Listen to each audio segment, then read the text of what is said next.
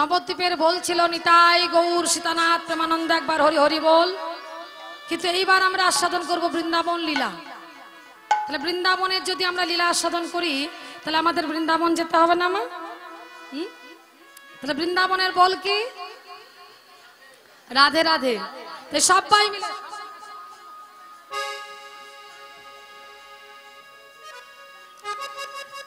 সবাইকে বলছি প্রেম সে হাত তুলে হাত তালি মেরে, কেমন? রাধে রাধে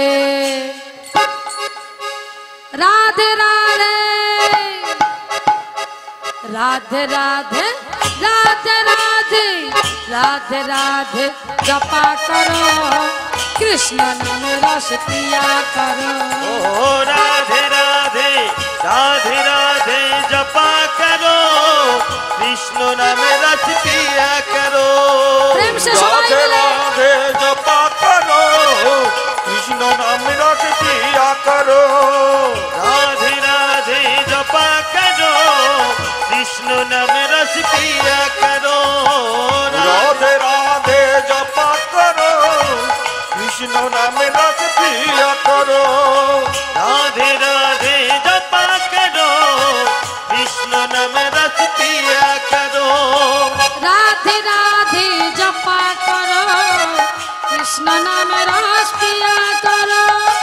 राधे राधे जपा करो कृष्ण नाम रस पिया करो।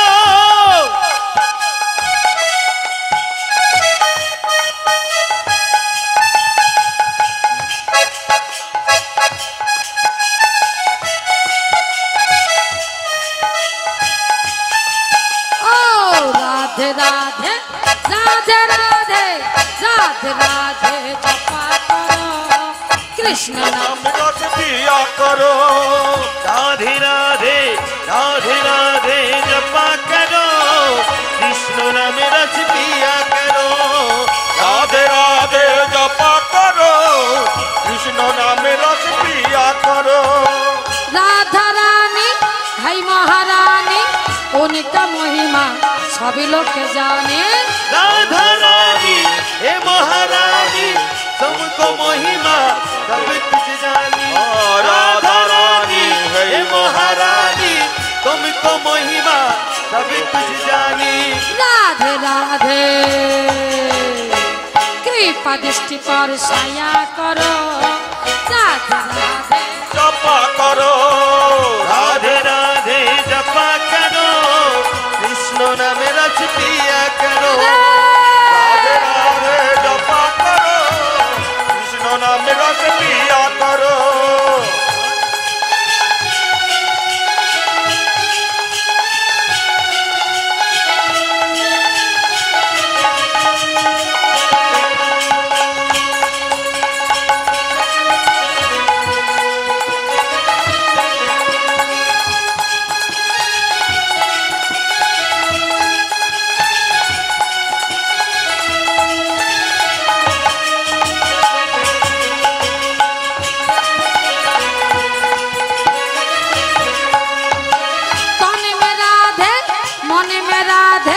हृदय शरण में राधे राधे। तन में राधे मन में राधे हृदय में राधे और तन में राधे मन में राधे हृदय शरण में राधे राधे। तन में राधे मन में राधे हृदय शरण में राधे राधे। कृपा दृष्टि पर साया करो। राधे राधे जपा करो। राधे राधे जपा करो कृष्ण नाम रस पिया करो। राधे राधे जपा करो कृष्ण नाम रस पिया करो। সবার কিন্তু একসঙ্গে হাততালি পড়ছে না, এক তালে তালে হাততালি পড়ছে না, আর জোরে জোরে পড়ছে না। হ্যালো, রামদেব বাবাকে চেনেন তো? রামদেব বাবা যোগী বানাও রোগী হটাও, জানেন? রামদেব বাবা উনি কি বলছেন? উনি বলছেন যদি কেউ প্রত্যেক দিন 1 ঘন্টা করে, সকালবেলা প্রত্যেক দিন 1 ঘন্টা করে যদি কেউ প্রাণায়াম করে যোগ ব্যায়াম করে, তাহলে তার শরীরের জীবনে কখনো কোনো ব্যাধি হবে না, কোনো ওষুধ খাওয়ার দরকার হবে না। কিন্তু মাগো, আমরা একগুচ্ছ টাকা খরচা করতে পারবো, আমরা এত ওষুধ খেতে পারবো, বিদেশে যেতে পারবো, দেহকে কেটে ক্ষতবিক্ষত করতে পারবো, কিন্তু 1 ঘন্টা আমাদের প্রাণায়াম করার সময় নাই। আছে? কজন করি? কারা কারা রামদেব বাবার হাত প্রাণায়াম করেন? একটু হাত তুলুন তো। করি না আমরা। হাত উঠবে কেন? মিথ্যা করে তো উঠবে না। তাহলে আমরা কি রকম জ্ঞান পাপি? ওই 2-4 জন করে। তাহলে এই রামদেব বাবা বললেন, যারা প্রাণায়াম করতে পারবে না, যদি 2 ঘন্টা ধরে, মানে 2 মিনিট যদি হাত তালি দেয় এরকম করে, মানে দেখুন আমাদের শুধু হাতের তলায় নয়, সর্ব অঙ্গে, গলাতে, ঘাড়ে, হাতে, উরুতে, পায়ের তলায়, সর্ব অঙ্গে কম বেশি অ্যাকুপ্রেশার একটা সুইচ আছে, সেগুলো আমাদের শরীরের সর্ব অঙ্গেই আছে, কিন্তু হাতের তলে এবং পায়ের তলে বেশি আছে। যেগুলো হাতের তলে এবং পায়ের তলে বেশি আছে, তার কারণ যেগুলোকে আমরা সব জানি না। যদি ধরুন কারোর গ্যাস অম্বল হয়, দেখা যাচ্ছে প্রচুর গ্যাস হচ্ছে, তাহলে এই বৃদ্ধাঙ্গুল আর এই যে কি আঙ্গুল এটা, হ্যাঁ, তর্জনী, তাহলে বৃদ্ধাঙ্গুল এবং তর্জনীর মধ্যখানে এরকম ভাবে, এই যে দেখছেন, ভালো করে দেখে নিন, এইরকম ভাবে মাঝখানে নাড়া দেবেন, দেখবেন কোন একটা জায়গায়, হ্যাঁ এই তো ব্যথা করছে, কোন একটা জায়গায় ব্যথা করছে, সেই জায়গাটা যদি এরকম করে 1 মিনিট নাড়ান না, তাহলে কিন্তু আপনার জীবনে গ্যাস অম্বল হবে না। যদি কারোর কোমরে ব্যথা করে, তাহলে এই যে অনামিকা আঙুল, এই অনামিকা আঙুলের উপরটাতে যদি কোনো একটা পেন দিয়ে বা কোনো একটা গোল জাতীয় বস্তু দিয়ে যদি এরকমভাবে ঘর্ষণ করেন 1 মিনিট করে 3 বার, সকাল সন্ধ্যা দুপুর যদি কেউ ঘর্ষণ করেন, তাহলে কিন্তু তার কোমরে ব্যথা থাকবে না। এমনকি প্রত্যেকটা গাঁঠে যদি ব্যথা হয়, তাহলে কি হবে না, এখানে 1 2 3 4 করে এরকম করে 100 বার, এখানে 100 বার, এখানে 100 বার, এরকম করে যদি 100 করে যদি আমরা করি না, তাহলে কিন্তু আমাদের কোনো গাঁঠে ব্যথা থাকবে না।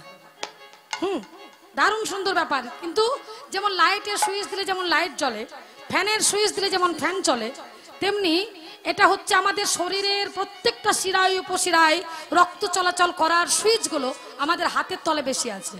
যেমন হাতটা যেখানে শেষ হচ্ছে, দেখুন এরকম সমান করে সোজা হয়ে দাঁড়াবেন, হাতটা যেখানে শেষ হচ্ছে, যেখানে মধ্যম আঙুল, এই মধ্যম আঙুলের এই জায়গাটায় টিপলে দেখবেন একটু হালকা ব্যথা করছে।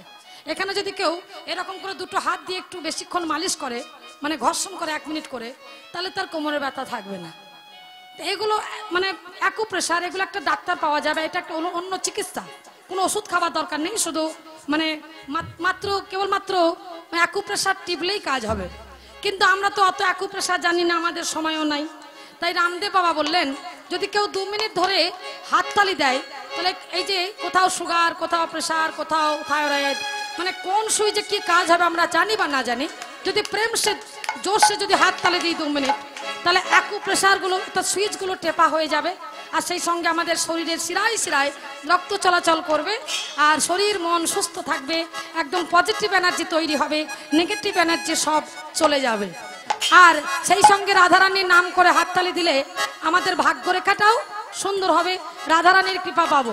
প্রেম সে সবাই মিলে রাধে রাধে রাধে রাধে রাধে রাধে জপা করো, কৃষ্ণ নামে রস পিয়া করো। ও রাধে রাধে জপা করো, কৃষ্ণ নামে রস পিয়া করো। রাধে রাধে জপা করো, কৃষ্ণ নামে রস পিয়া করো। রাধে রাধে রাধে রাধে জপা করো, কৃষ্ণ নামে রস পিয়া করো। কি বলছে দেখুন, ভোলে ভালে সিদ্ধ সাধি वो है सभी से प्यारी प्यारी, भोले भाले सिद्ध साथी वो है सबसे प्यारी प्यारी। भोले भाले सीधे साधी वो है सभी से प्यारी प्यारी। प्रेम से भाले सीधे साथी वो है सबसे प्यारी प्यारी। की बोलছে গো, কৃপা দৃষ্টি পরশায়া করো, রাধে রাধে जपा करो, राधे राधे जपा करो, कृष्ण नाम रस पिया करो। राधे राधे जपा करो, कृष्ण नाम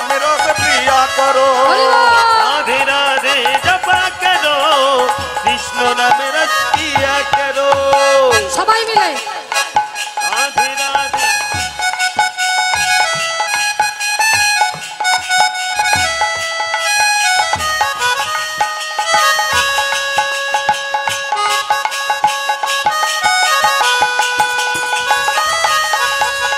রাধে রাধে। দেখুন আমি বলেছি তা সত্ত্বেও যারা বাইরে বাইরে আছেন তারা কিন্তু হাত তুলছেন না। দেখুন সবার মন তো সরল নয়, সবাই বিশ্বাসীও নয়। যারা বিশ্বাস করে শ্রদ্ধাবান ও লভত্ব জ্ঞানম, গীতাই বলছে শ্রদ্ধাবান জ্ঞান লাভ করে, আর শ্রদ্ধাবান না হলে কিন্তু জ্ঞান লাভ করে না। আর বিশ্বাসে মিলাই বস্তু মানে তর্কে বহুদূর। তাই যার বিশ্বাস আছে ভক্তি আছে সে তেমন দেবে, আর যার নেই তাকে বলেও লাভ হবে না। রাধে राधा देंगे तुमको शक्ति तुमको मिलेंगे कृष्ण की भक्ति राधे देवी तुमको शक्ति मिलेगी तुमको कृष्ण का भक्ति राधे देवी तुमको शक्ति मिलेगी तुमको कृष्ण भक्ति राधे देवी तुमको शक्ति मिलेगी तुमको कृष्ण का भक्ति राधा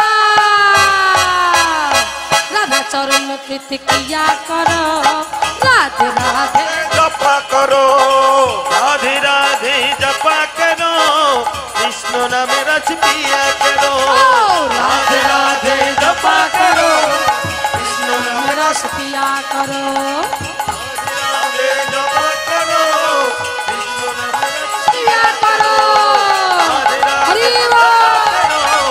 कृष्ण नाम रस पिया करो राधे राधे जपा करो कृष्ण नाम रस पिया करो राधे राधे जपा करो कृष्ण नाम रस पिया करो जय जय राधा रानी की जय वृंदावन বিলাসিনী की जय অষ্ট সখীর শিরোমণি की जय বাহ খুব সুন্দর হয়েছে। আমরা বৃন্দাবনে এসেছি, কিন্তু বৃন্দাবনে আমরা যে লীলা রস আস্বাদন করব সেই লীলা কথা জানতে হলে আমাদের জানতে হবে অষ্টপ্রকার নায়িকার কথা। উজ্জ্বল নীলমণি গ্রন্থে এই স্বরূপ রূপ গোস্বামী যে কলম দিয়েছেন, সেই রূপ গোস্বামীর সেই যে মানে উজ্জ্বল নীলমণিতে যে কলম টেনেছেন সেই কলমটা আমরা এখন শুনবো। तथा भीषारिका वशक सज्जिका पूत उत्कंठिता तथा विप्रलब्धा खंडिता च कलहंतरिता परा प्रसित प्रेयसी प्रोक्ता तथा सदीन भर्तिका इताष्टौ नायिका भेदा रसतंत्रे प्रकीर्तिता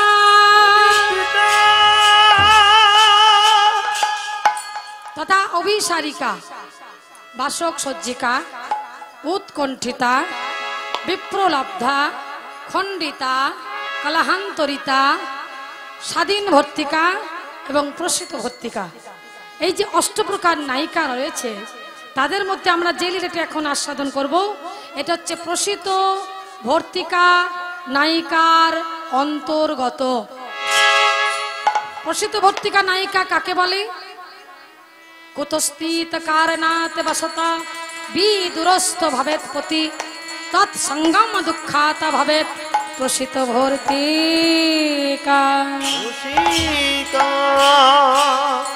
কুতস্থিত কারণাত বসত, কোনো কারণবশত যখন কোনো নায়ক নায়িকাকে নির্দিষ্ট ফিরে আসার কোনো সময় জানিয়ে দিয়ে, ফিরে আসার নির্দিষ্ট সময়সীমা জানিয়ে নায়ক যখন অদূর দেশে, অর্থাৎ দূর মানে অনেকটা দূর, অদূর মানে সন্নিকট কোনো পাশাপাশি কোনো বাজার, কোনো অদূর দেশে মানে নিকটে কোনো একটা দেশ, সেখানে যায় সেই নির্দিষ্ট সময়সীমা জানিয়ে দিয়ে, এবং নির্দিষ্ট সময়সীমায় নায়ক যখন নিজের ঘরে ফিরতে না পারে তখন নায়িকার মনে দুঃখের সঞ্চার হয়। নায়িকা কাঁদেন, একি আমাকে যে বলেছিল বৈকাল বেলা আসবে, তা বৈকাল তো পেরিয়ে গেল, সন্ধ্যা হয়ে গেল, এখনো এলো না কেন? নায়িকা যখন নায়কের জন্য চিন্তা করেন, নায়িকা যখন নায়কের জন্য কাঁদেন, নায়িকা যখন নায়কের জন্য দুঃখ করেন, সেই অবস্থায় সেই নায়িকাকে বলা হয় প্রসিত ভর্তিকা নায়িকা। তা আজকের প্রতিষ্ঠিত ভর্তিকা নায়িকার অন্তর্গত আমাদের রাধা রানী। রাধা রানী কেন মা? না গোবিন্দ কথা দিয়ে চলে গিয়েছিলেন, রাধে আমি কাল আসবো। কংস মহারাজ তার ধনুর যজ্ঞে আমাদের কৃষ্ণ বলরামকে নিমন্ত্রণ করে পাঠিয়েছেন। শুধুই তা নয়, অক্রূরকে রথ নিয়ে পাঠিয়ে দিয়েছেন আমাদের নিয়ে যাওয়ার জন্য। এবার আমি যদি না যাই, বলো রাধে তুমি কি সইতে পারবে সেই অপমান? গোবিন্দ তুমি কি অপমানের কথা বলছো? কেন? সবাই বলবে, কংস মহারাজ বলবে কৃষ্ণ বলরাম তারা আমাদের কাছে আসতে ভয় পেয়েছে, তারা কাপুরুষ, তারা শঙ্কিত হয়েছে, তাদের মনের মধ্যে ভয়ের সঞ্চার হয়েছে, তাই মরবার ভয়ে বেটারা আমার কাছে আসেনি। এই অপযশ কিন্তু রটাবে। তুমি কি বলছো? রাধারানী বলছে, প্রাণনাথ প্রাণনাথ জীবনের যে কটা দিন বাঁচিব শুধু তোমার গুণগাথা, তোমার জয় গাথা গান শুনবো আর বলবো, শুনবো আর বলবো। গোবিন্দ জীবনে বেঁচে থাকতে কখনো যেন তোমার অপযশ শুনতে না হয় দয়াময়। হে গোবিন্দ সেই অপযশ শুনবার আগে যেন আমার মৃত্যু হয়। মৃত্যু গোবিন্দ বললেন, তাহলে তো তোমায় বিদায় দিতে হবে, আমি তো যাব। রাধারানী কাঁদছেন। রাধারানী বলছে, প্রাণনাথ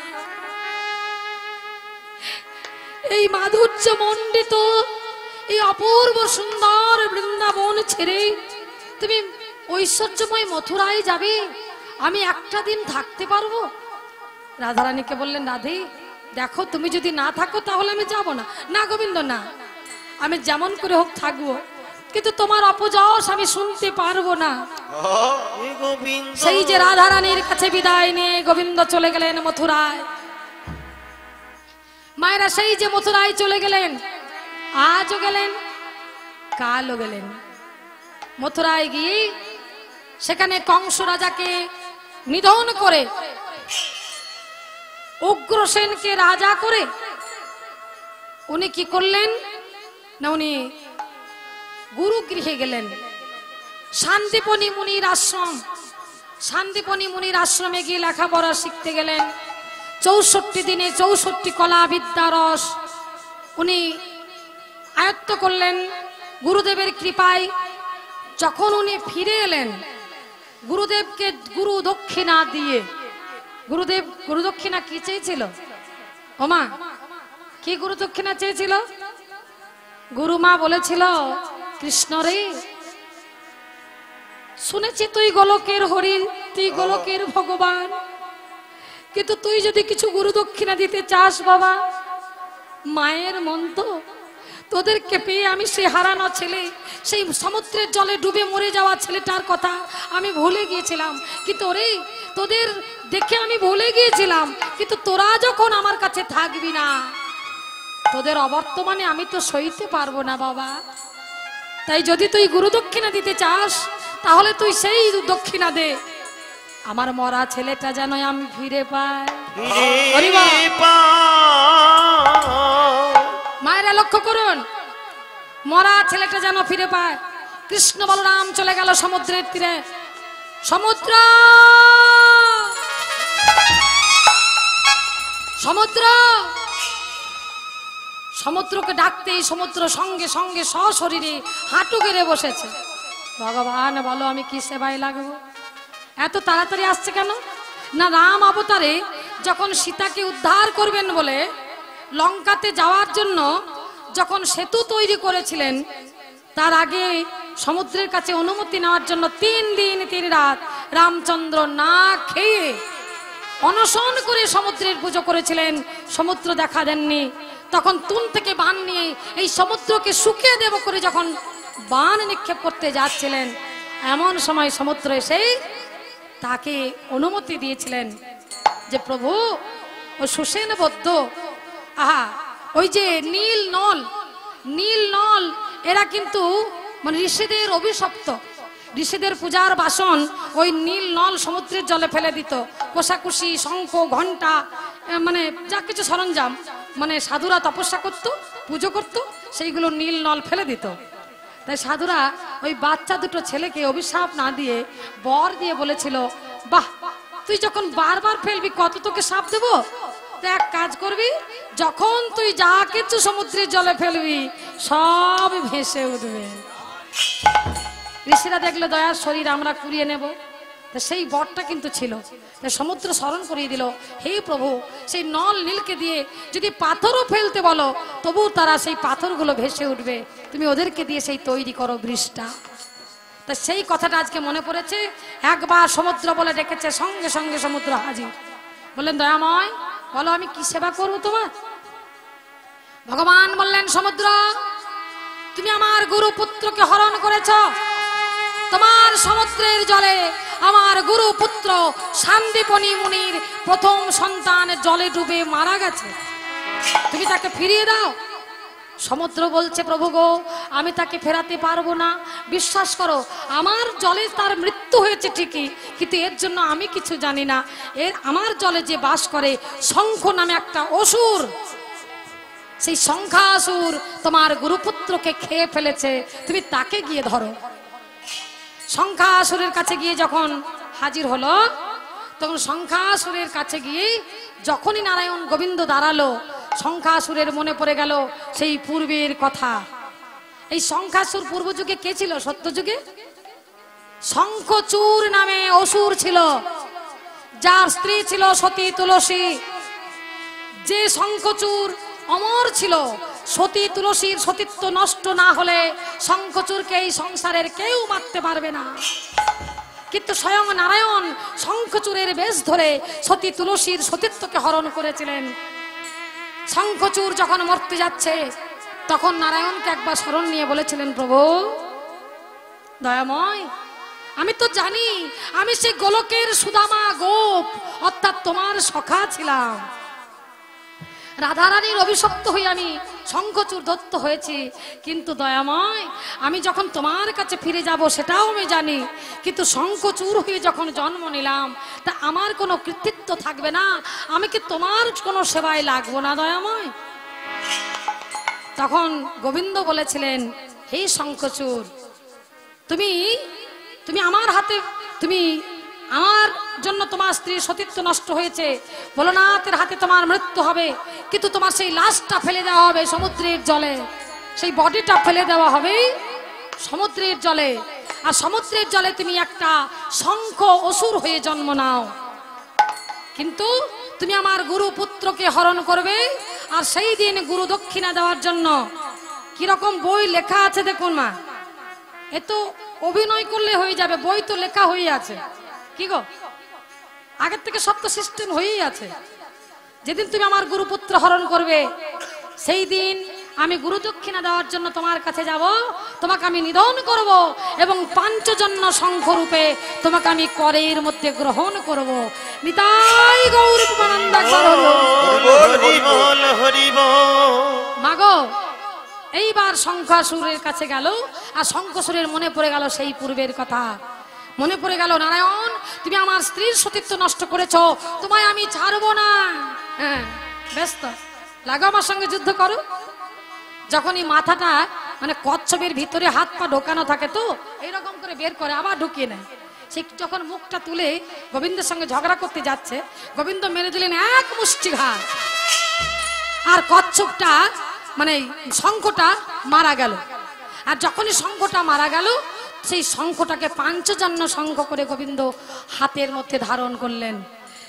তাই পাঞ্চজন্য শঙ্খধারী ভগবান শ্রীকৃষ্ণ কি জয়।